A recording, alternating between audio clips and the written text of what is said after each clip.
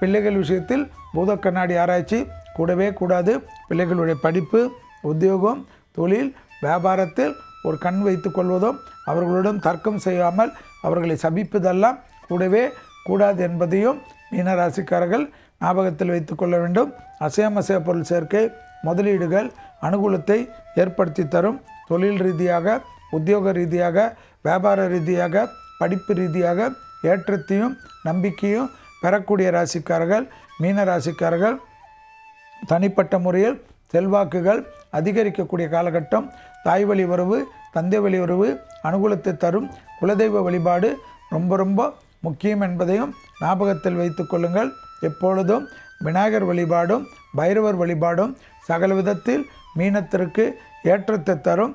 எப்பொழுதும் குருவின் பார்வை இருப்பதனால் ஏதாவது மகான்கள் வழிபாடு செய்ய சுபகாரியங்கள் எல்லாம் டக்குன்னு நிவர்த்தி ஏற்படும். தொழில் ரீதியாக மாற்றங்கள் கிடைக்கும், ப்ரமோஷன் கிடைக்கும், இன்க்ரிமெண்ட் கிடைக்கும். வியாபாரத்தில் இருந்த கூட்டாளி பிரச்சனைகள் தீரக்கூடிய அமைப்பு ஏற்படும். ஜென்ம சனியில் இருப்பதனால் உடற்பயிற்சி செய்யவில்லை என்றால் கஷ்டங்களும் மன வருத்தங்களும் கண்டிப்பாக வரும். யாரையும் நம்பாதீர்கள். காலையிலையோ ராத்திரியோ நடுராத்திரியோ தூங்குறதுக்கு முன்னாடி ஒரு 30 நிமிடம் உங்களுடைய உடற்பயிற்சி இந்த உலகத்திற்கு தேவை என்பதை மட்டும் ஞாபகத்தில் வைத்து கொள்ளுங்கள். மற்றபடி எல்லா விஷயமும் ஏற்றத்தை தரும்.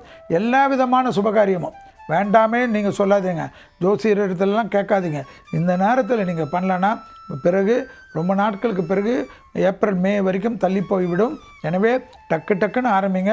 அஷ்டமி பார்க்குறது, நவமி பார்க்குறது எல்லாம் இல்லாமல் தெய்வத்தின் மேலும் குலதெய்வத்தின் மேலும் பாரத்தை போட்டு ஆரம்பிக்கக்கூடிய அனைத்து விஷயங்களும் நன்மை ஏற்படுத்தக்கூடிய காலகட்டம். எல்லா விதமான ரிஸ்க்கும் தைரியமாக எடுக்கக்கூடிய ராசி மீன ராசி.